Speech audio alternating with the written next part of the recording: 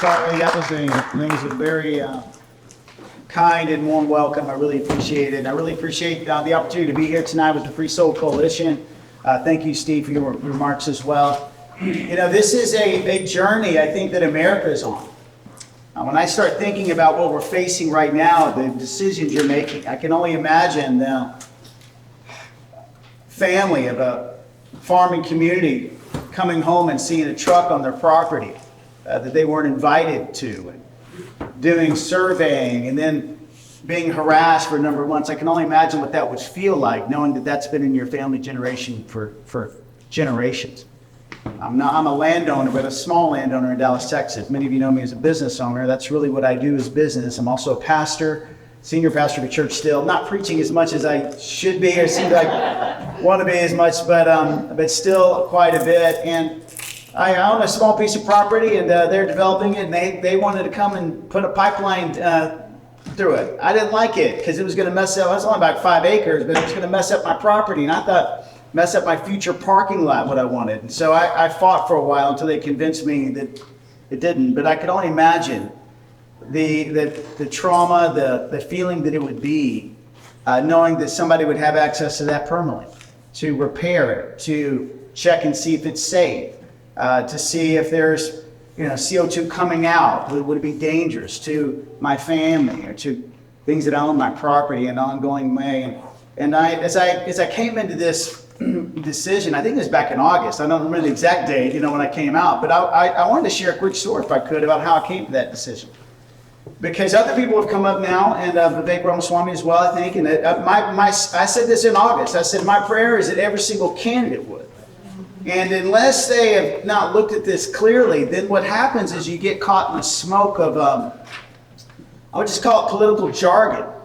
And you really don't know exactly what anybody's saying. I'm not, as you get to know me, I really don't pick on candidates too much because it's not really, I kind of aspire to Reagan's thought to, go a little bit higher, but we've had some here not answer this question real clear. Some of the leading candidates have just kind of, I would call it, given a little bit of smoke screen. They refer to it as the Keystone Pipeline. Well, if the Keystone, there's eminent domain should be used for that, but they're kind of silent on CO2. But where I said in the hallway, where there's a lot of smoke, you know what else is there? There's fire. And I think there's some fire going around here on this topic because when I first came to Iowa, the very first plant that I walked into, I think it was my week 1 here, was an ethanol plant. And I was highly impressed. And they took me all around, showed me the story, and they actually captured some of the CO2 there. And they talked about it, but then they began talking about the pipelines and what a benefit they would be and its progress. And I was all in. It took me a good hour of education, and I thought, well, this is progress. This is good for Iowa, And then I started going county to county, by which we've been to all 99, some 2 and 3 times, and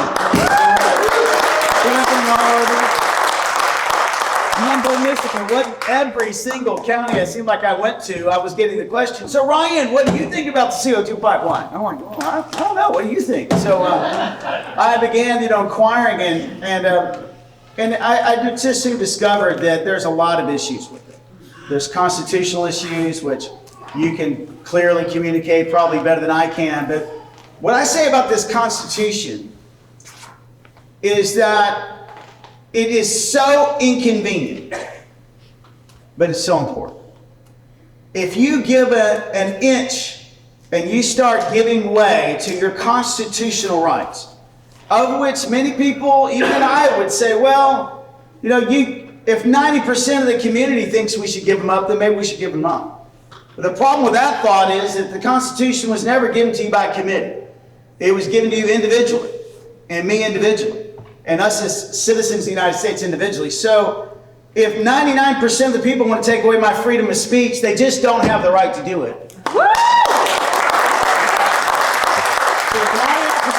Take away my freedom of press. They just don't have the right to do it. If 99% of the people want to take away my landowner's rights, they just don't have the right to do it. There's the inconvenience side. There's the economic side, which is my specialty. I'm running, and you'll learn a little bit about me. I'll take a few minutes to share kind of the key things I'm about. But right now, our nation is in a crisis so desperately. Not only morally and spiritually, but economically, we're at a place that obviously I've never seen in my lifetime. Probably coming out of the Great Depression, we're in some sort of similar spot when it comes to the economic side. We are 34 trillion. That got announced today. Did y'all read the paper today? 34 trillion clicked over the clock today. When I started the campaign, we were 32 trillion in debt. And what this means is that we don't have any money to pay our bills. We go $2 trillion or more in debt every year. And the Fed prints money to make the interest payments now, which are ballooning to be the largest expense on the federal government's expense sheet.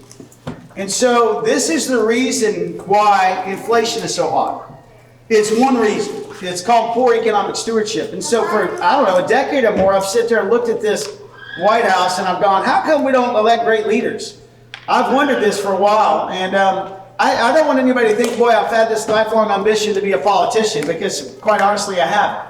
I'm a CEO of an investment bank. I co-founded with my dad about 20 years ago. We do mergers and acquisitions. We sell businesses, middle market companies all throughout the United States and Canada, and God's blessed it. It's grown to be about 300 employees in that company. Now we have a growth consulting firm, wealth management firm. I've got a small venture group that does restaurants. You know, about 400 employees overall across the nation. I'm a pastor. I got 5 kids. This has not been on my radar, but about 8 years ago, God began speaking to me. And so it seems like it's an okay audience to be able to share a little bit more insight. And sometimes that I do, if it's okay. Let's go. I don't say it all the time because I don't want everybody to necessarily think that I'm trying to think that God's not speaking to everybody, because I believe God is speaking to everybody. I think God needs to speak more to a lot of us that will raise up and be statesmen and women, because that's what it's going to take for there to be 2 trains in Washington. People that really understand that the government is there for the people, not the people for the government. We've got it backwards. There's so much backwards. Those first 3 letters of the Constitution, we the people, you know, they've mishandled it. And so I went from visiting that first plant and being convinced to meeting with all of you and then dozens of other counties and then saying, Ryan, there's some issues here, to me diving into the Constitution. It didn't take long for me to read it. Not many words, but it's very clear. It's not even confusing at the least bit. And knowing that these are private corporations, it's just not constant. To me, it's just as clear as day. Now what's going to happen, because it's so clear, here's the next move. Public entities are going to start buying into these organizations, and they're going to cloud it all the more. But just remember the smoke comment, because this is where you got to stand up and be clear and encourage your leaders to be clear. Don't bother running. If you're not going to be clear and be honest, don't bother running, because we have enough of that. Right. Don't we have enough of that? And so I'm running for more of that. So when I got in this, I started talking to people, and I mean, it was almost everybody I talked to was against it. So I had a chance to go to the fair, and at the fair I got invited to one of the nice events where they invited all the political guys there in Iowa, and as well as the presidential candidates. It was great. It was an honor to be there. But during one of the days when we were at the fair all day, I went back to a little retreat area and had a chance to speak with some of the carbon pipeline leaders.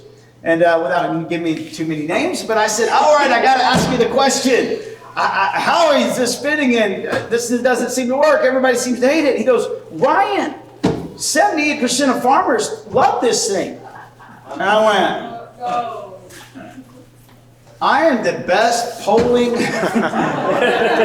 company you've ever met. And I got to tell you, your dad is just not next right. time. That's right. And so, you know, it was right after that I thought there's something else going on here. The people aren't telling the truth. And so, you know what? I don't have a problem if somebody wants to sell. Somebody came up to me the other day. They emailed us, Ryan, you got it all wrong. You know, listen, if somebody wants to sell part of the property, it's in your constitutional right to do so. I do think they should look at the safety issues. I do think you should look at the other issues there environmentally, as you talked perfectly about, Stephen. I think the other thing is that economically it's a disaster. Our country is $34 trillion in debt. None of this would even be close to being worked on today without the $85 per metric ton. None of it would be. They would not be having their hands in that cookie jar if it wasn't supported by you, the taxpayer. That's right. The problem with a lot of this, including, I'll go no further, about the subsidies that go on for electric vehicles as well. I mean, at the end of the day, I think we've made Elon Musk rich enough Does anybody agree with that? I'm not for sure, but I like him for just fine, so I'm not standing out against him, but the people that buy electric vehicles are usually in the upper income, and the people that are paying for them are everybody, including the lower income.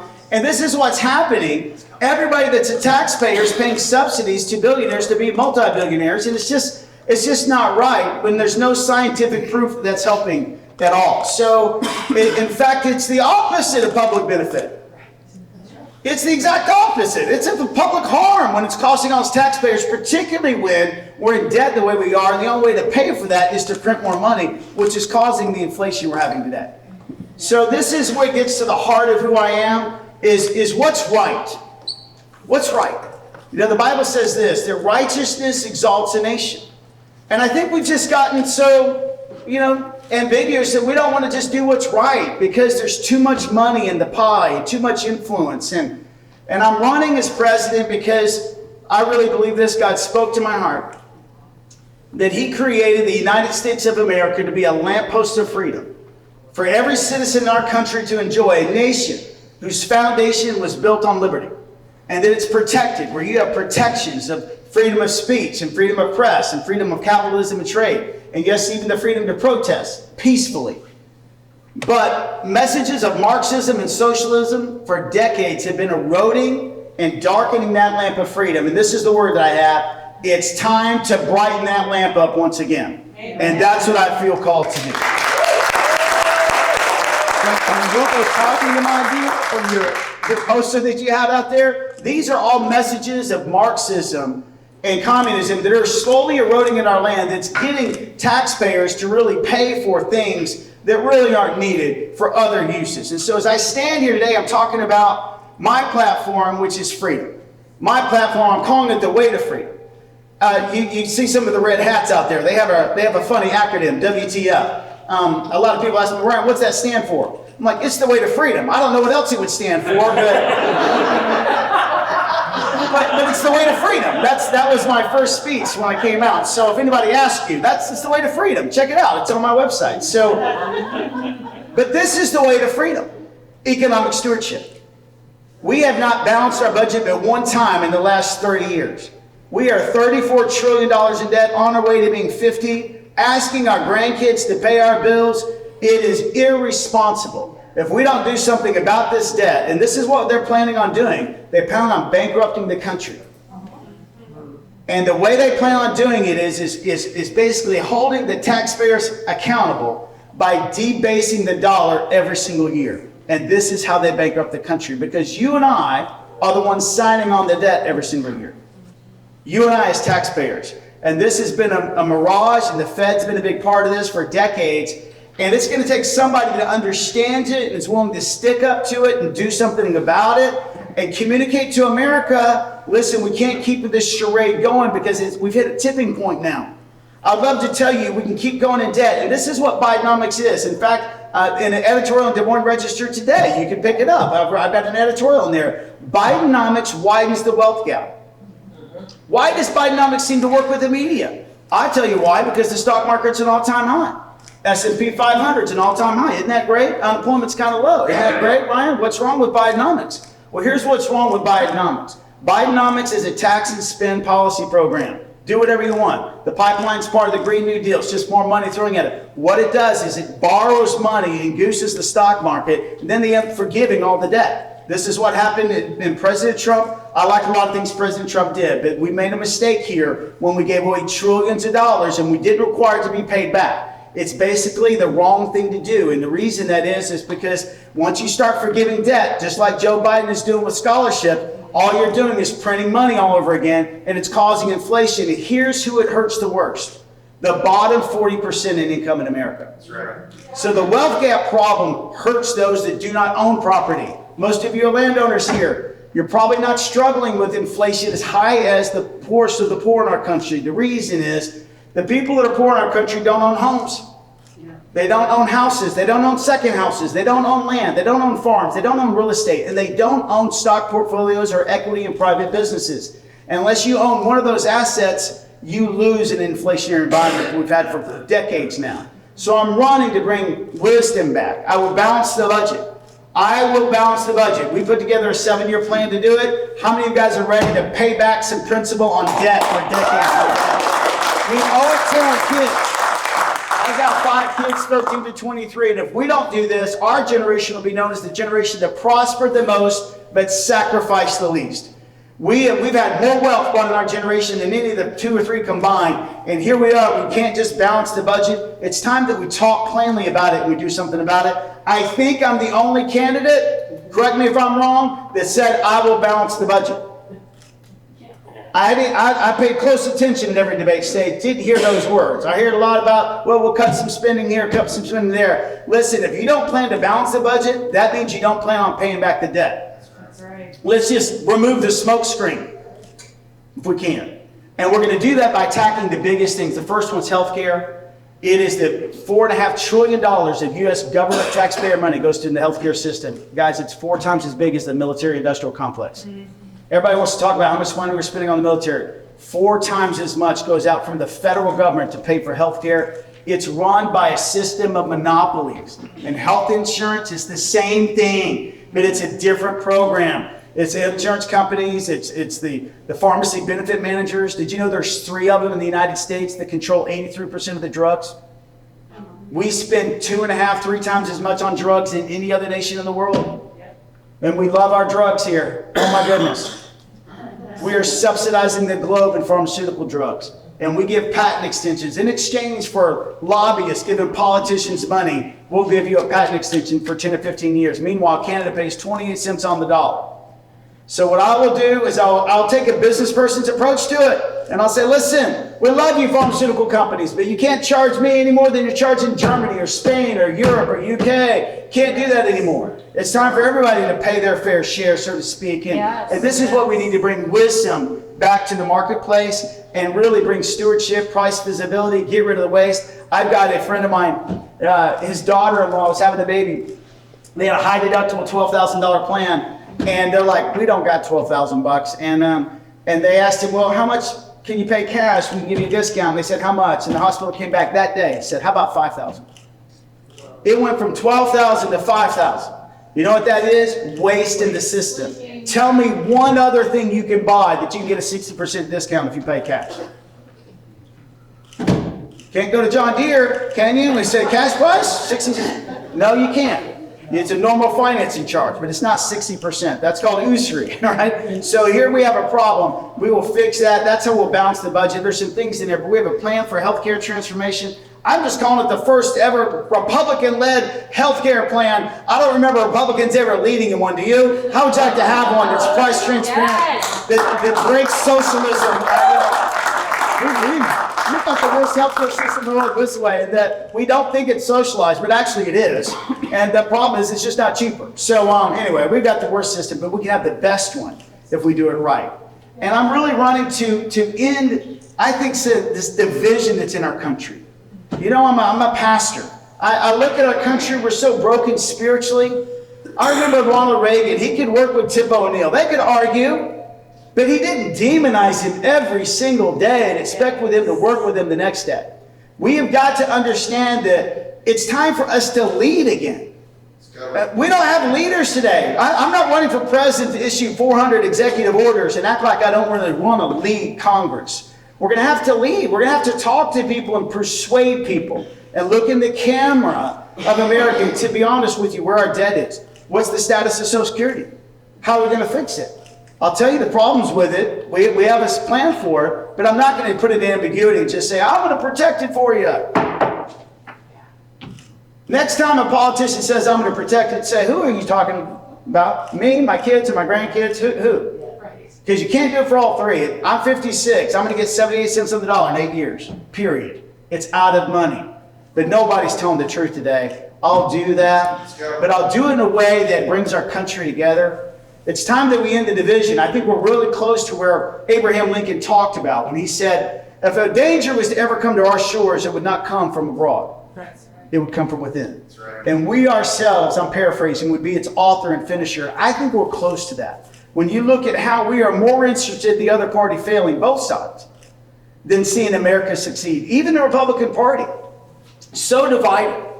that if we don't agree with each other on 100%, boy, we just can't work together. This has got to change. This has got to change. And it's going to take leadership that wants to transcend the moment. Yeah. Reagan won 59% of the vote.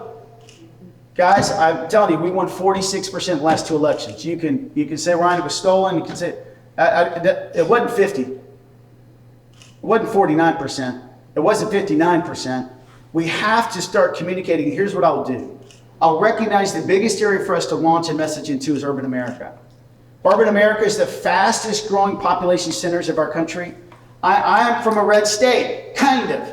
We're red, but like we're purple red now. Democrats are starting to win our big cities. We lost Dallas, we lost Houston, San Antonio, Austin. I tell people we expect to lose Austin. Austin's crazy weird. I mean, it's weird. But we lost Fort Worth for the first time in 65 years. So what I want to do is launch an education program in urban America, because the lack of education is really the true proponent of poverty. And unless we can change education, because only 15% of black children in urban America are reading at the 8th grade level. We have to change this. I want to start a volunteer movement. Let's get volunteers, college students in there 3 to 5 hours a week. Let's do what the Peace Corps did in the 60s and 70s. Let's own our cities. Let's get back and teach the basics. Get propaganda, politics out of education completely. And let's teach our kids. And let's get them ready for life. And I've got 2 plans for them when they get out of high school. One is an A1 track, go to college. The other is an A1 track, be ready for a career. And we're going to do what you do so well in Iowa, teach vocational trades in every school in America, let them be ready to work again. We're going to start a work movement, bring manufacturing jobs back in America. We're going to create a work culture where people aren't going to want to live off the government. They're going to want to work and have a family-supporting living wage, and that's what will lead the country. That's what These are some things I'm standing for and fighting for every day. And listen, our pathway to win is you seeing t-shirts here, hats that say believe. Just believe in something different. You know, I missed the first debate by like 4 people in New Hampshire. I called New Hampshire and said, I'm coming for you. And we are. And we missed it by a few people in one of the national poll. And since then, the Republican Party's trying to be selecting the candidates for you. Did you know that? Yes. And so never before has this happened. You go back in history, I'd have been in every other debate. They had tiers of debates, and now they just want to have one candidate to compete with President Trump or whatever they want to do. But what they're trying to do is limit your power, your voice. They're trying to limit and say, hey, Iowa has too much power in this process. And I believe in Iowa. I knew from the very beginning that this wouldn't be an easy road, and that I'd be standing up for some things. And I've been surprised by a lot of things. But one of the things that's beautifully surprised me is the genuine nature of Iowans. And I've seen it every single week. One of my first big meetings here was speaking at an event in Dickinson County with Governor Reynolds. And I was in a suit like this and then headed to a pizza ranch before that about a new meeting. And I didn't know you guys have been praying for rain in the summer. Some of you guys have been praying for rain this summer? I got good news for you. God's listening to you. So I may have y'all stand a hand and pray for me. So, but anyway, we went to Shelby County, a little pizza ranch, and it's about 4 hours before that night in Dickinson County. And we took a shortcut. Got on one of your gravel B roads, and it turned into a dirt road, by the way, so be careful of those. And then it rained on the other side of the hill. We started sliding, fishtailing down this hill, and I mean, we didn't know what to do. We gassed it, tried to get up the next hill, and we were stuck, and we slid back down in a ditch. I got out, I was in suit just like this, I'm this much in mud. If a pickup truck came flying by, we're waving, he just waved. He didn't even stop, because he knew if he did, he would have been stuck too. If a tow truck would have been there, right there, we wouldn't be able to get out. But one of my friends walked up the hill about a quarter mile, because all you could see was cornfields, and a lady in a white pickup truck stopped and said, "Can I help you?" And she had a friend with a tractor, and they came and got us out. And we're about 40 minutes late to that pizza ranch. That's what I love about Iowans. All 12 people stayed. I was like, you guys are amazing. If we were in Dallas, they would have left for sure, Texas. But anyway, but the lady that stopped to help, listen to this, her name was Faith. And Faith got us unstuck that day. And I at every single county that I go to, I tell that story because this is what we need in America again. We need faith again. We need belief that we can come out of this. When I first started this race, people asked me, "Ron, do you really think you could win?" You really think America could ever change? You ever think we're going to come out of the division? I'm like, I believe we can. I believe we can. I believe great leaders can rise out. I believe we can do it. I believe we can still win this race. Here's why, because I believe in Iowa. I believe that we can shock the world on January 15th. I believe if Iowans will pray, vote their heart, it doesn't matter to me. I know some of you are endorsing other candidates, and to me, that's all fine. Do you do your heart? And it'll be just enough. And if we finish in the top 3 or 4 in Iowa, the world's going to know, wow, something shifted. We made it through 15 people already. I mean, I think we made it through a vice president, senator, a couple billionaires. Oh, Ryan, you don't have a chance. I'm like, I don't know where everybody else is, but I'm still here.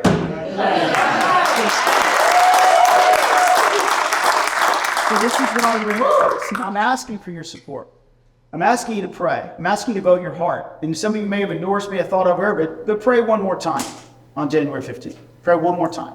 And then follow your heart. And that will be good enough. And that's what I'm standing for and fighting for. I believe in you. I believe in our country. I love our country. I'm praying for the greatest days ahead. And it's because of days just like this. God bless you.